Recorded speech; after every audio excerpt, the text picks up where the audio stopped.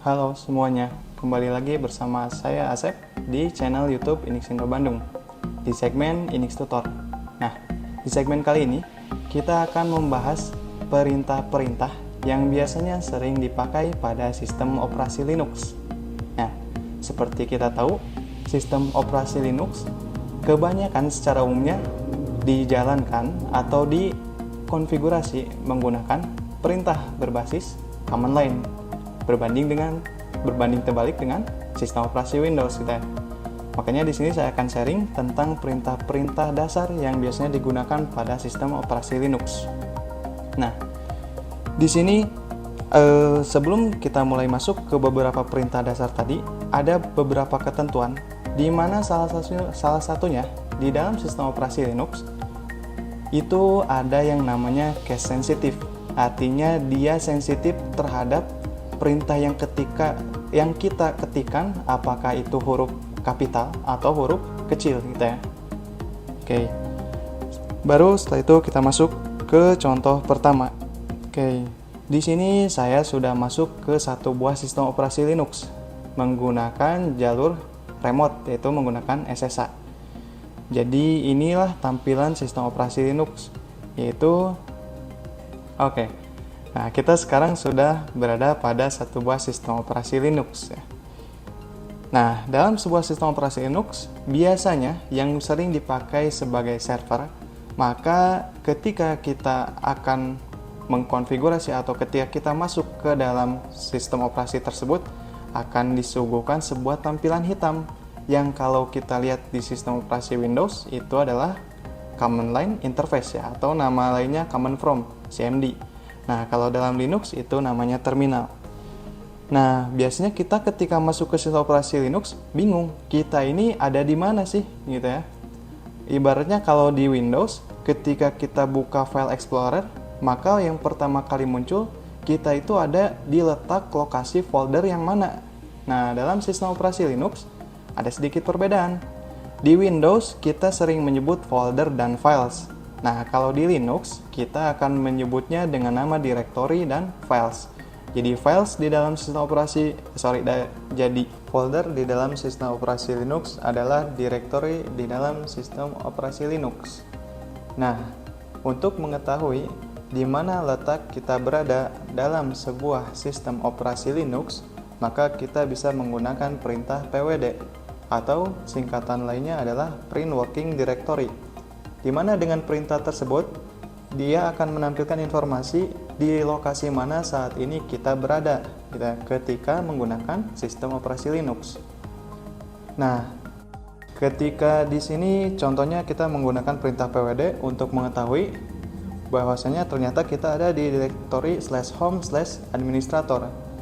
Nah, dalam sistem operasi Linux, ketika kita ingin melihat di dalam suatu directory ada isi apa saja gitu, ada file atau directory apa saja, kita bisa menggunakan perintah ls atau singkatan dari listing gitu ya.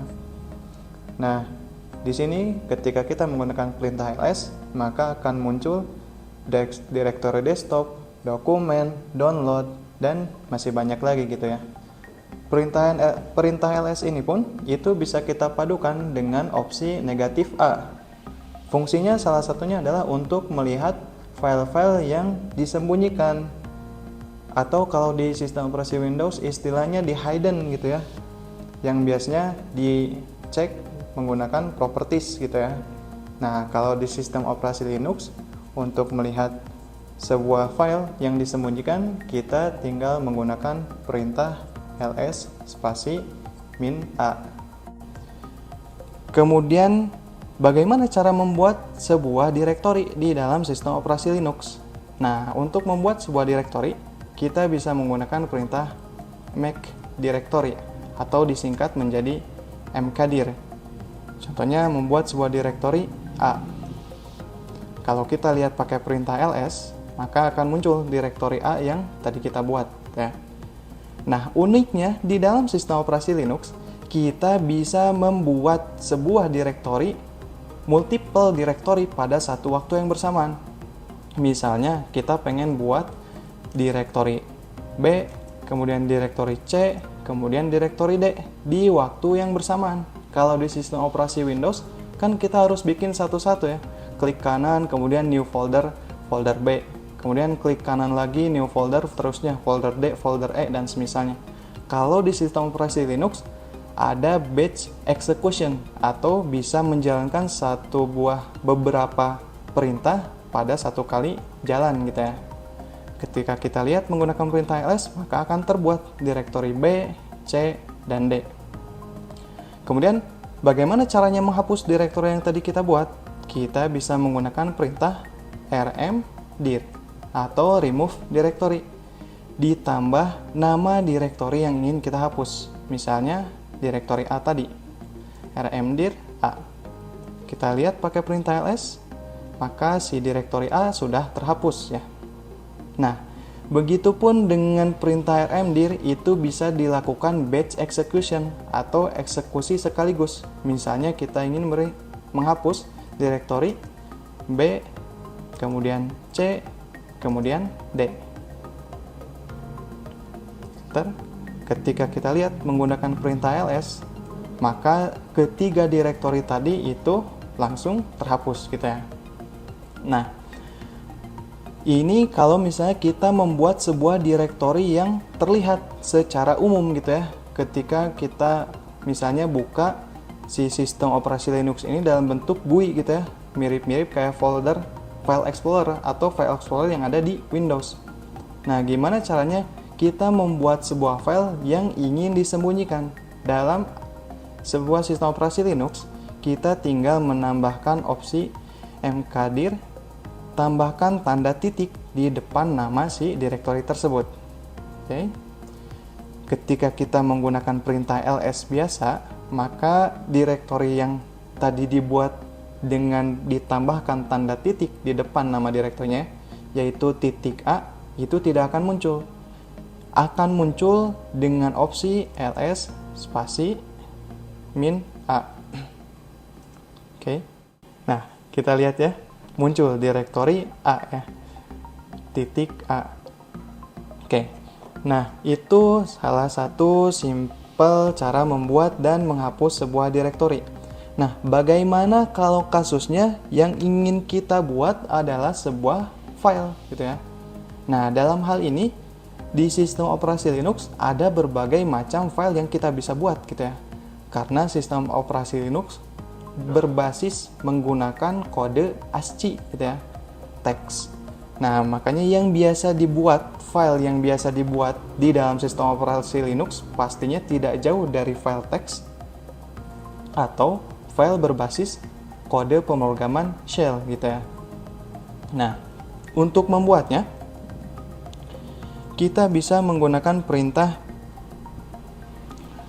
touch, kemudian misalnya 1.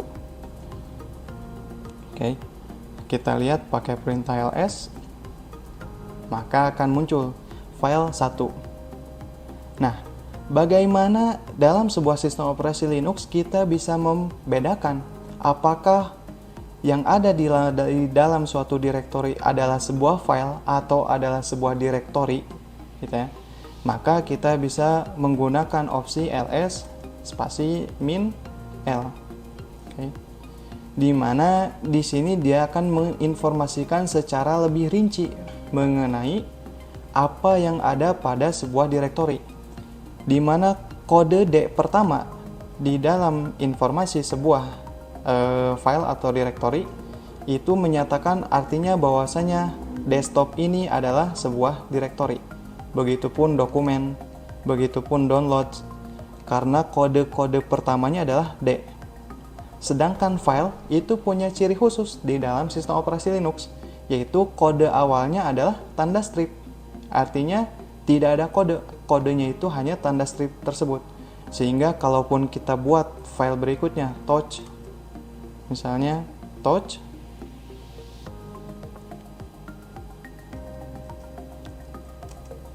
2, kemudian 3, kemudian 4, kita bikin batch gitu ya. Oke. Maka kita lihat menggunakan perintah ls spasi min l akan muncul dengan kode yang sama di depan detail informasi si 1, 2, 3, 4, yaitu kode strip yang menandakan bahwasanya itu adalah sebuah file. Oke. Nah, itu bagaimana cara kita membuat dan menghapus. Oh iya, menghapusnya kurang lebih sama menggunakan perintah rm. Kalau tadi menghapus sebuah directory rmdir, kalau untuk menghapus sebuah file cukup menggunakan perintah rm. Misalnya rm1, rm1, 2, kemudian 3, kemudian 4. Oke. Ketika kita lihat menggunakan perintah ls -l, maka si file 1 sampai dengan 4 tersebut sudah terhapus atau hilang ya. Sekarang bagaimana caranya kita berpindah dari suatu lokasi? Kalau di Windows kan ketika misalnya kita mau pindah dari local disk D misalnya ke local disk C, kemudian ke program files, itu kan tinggal klik gitu ya. Nah, gimana kalau kita dikasih kasus tampilan seperti Linux ya, yang berbasis perintah? Maka kita bisa menggunakan perintah yang namanya cd, yaitu change directory. Misalnya, sebelumnya kita menggunakan perintah pwd untuk ngecek tadi ada di direktori mana. Misalnya di administrator ini ada direktori lain yaitu download. Saya pengen pergi atau saya ingin masuk ke direktori download tersebut, maka bisa pakai perintah cd kemudian nama direktorinya download. Oke. Maka kalau kita pakai perintah pwd, ini akan menampilkan informasi bahwasanya kita saat ini berada di direktori /home/administrator/download. Nah, bagaimana kalau kondisinya kita ingin kembali ke direktori sebelumnya? Maka kita bisa menggunakan perintah cd, kemudian spasi, ditambah double tanda titik 2 kali. Oke. Nah, fungsinya adalah untuk kembali satu tingkat di atas lokasi saat ini kita berada gitu ya, di sebuah direktori pada sistem operasi Linux. Oke. Nah, itu cara untuk kita masuk ya, berpindah, melakukan navigasi entah itu masuk atau keluar dari sebuah lokasi direktori di sistem operasi Linux. Selanjutnya, bagaimana kalau misalnya kita ingin memindahkan sebuah file? Entah itu mengcopy atau meng-cut dalam istilah Windows. Nah, kalau dalam istilah Linux itu adalah copy dan move ya. Bukan cut tapi move. Misalnya kita membuat sebuah file yaitu touch spasi 1. Oke, tadi kita sudah bahas ya gimana caranya membuat kemudian menghapus baik itu directory ataupun file. Kemudian bagaimana caranya kita berpindah dari suatu lokasi, yaitu lokasi direktori di sistem operasi Linux, baik itu masuk ataupun keluar dari sebuah lokasi tersebut. Nah, selanjutnya kita akan membahas salah satu perintah lainnya, yaitu bagaimana caranya mengcopy dan memindahkan sebuah file ataupun direktori pada sistem operasi Linux. Oke, kita lihat dulu. Sekarang kita ada di /home/administrator tadi ya. Di situ ada direktori desktop, dokumen, download. Nah, di sini misalnya kita buat sebuah file. Itu touch 1. Nah, file 1 ini pengen dipindahin ke direktori downloads. Nah, maka kita bisa menggunakan perintah cp. Nah, untuk memindahkan gitu ya, bisa pakai perintah mv move ya. Move 1 filenya, kemudian diarahkan ke lokasi yang mana, yaitu ke download misalnya. Oke. Nah, kalau kita lihat, maka sudah tidak ada ya file 1 tersebut di direktori saat ini kita berada. Maka kita bisa cek di direktori download dengan perintah ls spasi kemudian direktori downloadnya untuk ngecek apakah di direktori download ada atau tidak file tersebut, tanpa kita perlu masuk ke direktori download dulu untuk ngecek gitu ya. Nah, setelah kita cek ternyata ada gitu ya. Nah, kalaupun kita buktikan kembali dengan cara masuk ke direktori download, kemudian kita ketikkan perintah ls di situ, maka ada informasi si 1 tersebut. Nah, uniknya perintah mv ini selain bisa digunakan untuk memindahkan sebuah file atau direktori, dalam sistem operasi Linux, ketika kita ingin mengganti nama sebuah file atau direktori, kita bisa menggunakan perintah mv ini.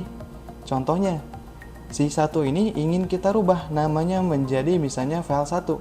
Kita tinggal pakai perintah mv, kemudian 1, kemudian nama yang baru, yaitu file 1. Ketika kita gunakan perintah ls, maka akan muncul di sana informasi bahwasanya di dalam direktori download ada sebuah file bernama file 1 gitu ya. Nah, untuk memastikan apakah ini benar-benar file 1 yang berasal dari file dengan nama 1 tadi atau bukan, misalnya kita bisa menambahkan sebuah pesan gitu ya, atau sebuah informasi, misalnya ini file percobaan, kita masukkan ke si file 1 tersebut. Nah, untuk melihat isi dari sebuah file dalam sistem operasi Linux, kita bisa menggunakan perintah cat file. Nah, ini ya, isi dari file 1 adalah sebuah teks dengan informasi ini file percobaan. Ketika kita misalnya rubah nama filenya mv file 1 menjadi 1 kembali, kita ls, namanya sudah berubah gitu ya, file tersebut jadi 1. Kemudian kita lihat isinya menggunakan perintah cat, maka informasinya tetap sama. Artinya ini membuktikan bahwasanya memang hanya merubah nama, bukan merubah informasi di dalam file tersebut. Nah, ini kalau kasusnya mau mindahin atau memindahkan ya, move sebuah file. Nah, gimana kalau mau mengcopy? Bisa pakai perintah cp misalnya file 1 tersebut ke direktori /home/administrator. Oke. Kita bisa cek, kita kembali ke lokasi sebelumnya di home administrator, kita cek ls, ada ya file 1, kita cat 1, informasinya ini file percobaan 1, kita cat juga file yang ada di downloads tadi 1, isinya tetap sama, artinya penggandaan file tersebut berhasil. Ini kasusnya bisa untuk file ataupun direktori pada sistem operasi Linux. Oke. Dan terakhir, sebelumnya kita sudah menggunakan perintah cat juga ya, salah satunya untuk melihat informasi dari sebuah file. Tapi cat ini dia akan menampilkan secara keseluruhan. Ini adalah perintah terakhir yang akan kita bahas hari ini gitu ya. Jadi selain cat ada metode lain untuk menampilkan isi dari sebuah file gitu ya. Karena kalau menggunakan cat nanti akan muncul keseluruhan. Kebayang kalau misalnya isi filenya itu ribuan baris, maka akan muncul keseluruhan ribuan baris tersebut gitu ya. Contohnya biasanya yang berisi panjang adalah file password ya yang ada di direktori /etc. Kita lihat. Kita pakai perintah cat. Nah, di sini muncul semua informasi yang ada pada file password tersebut. Ini kalau hanya segini mungkin masih enak ya untuk dilihat. Kebayang kalau si isi filenya itu sudah sampai ribuan baris. Nah, perintah lain yang bisa dipakai adalah salah satunya kita bisa menggunakan perintah more. More ini digunakan untuk melihat informasi dari sebuah file tapi per halaman gitu ya. Kita lihat contohnya more/etc/password. Oke. Nah, jadi kalau misalnya file tersebut ketika ditotal pada satu halaman itu ada 100%, maka dia akan muncul semuanya. Tapi kalau misalnya di total melebihi 100, lebih dari 100%, maka akan muncul sebagian-sebagian. Jadi kita bisa lebih mudah untuk melihat isi dari sebuah file. Atau selain menggunakan perintah more, kita bisa menggunakan perintah kebalikannya, yaitu less.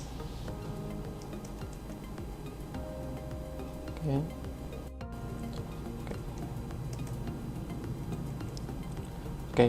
Atau kita bisa menggunakan perintah sebaliknya, yaitu less. Nah, di mana list ini kurang lebih sama untuk menampilkan informasi dari sebuah file, tapi secara lebih terstruktur gitu ya.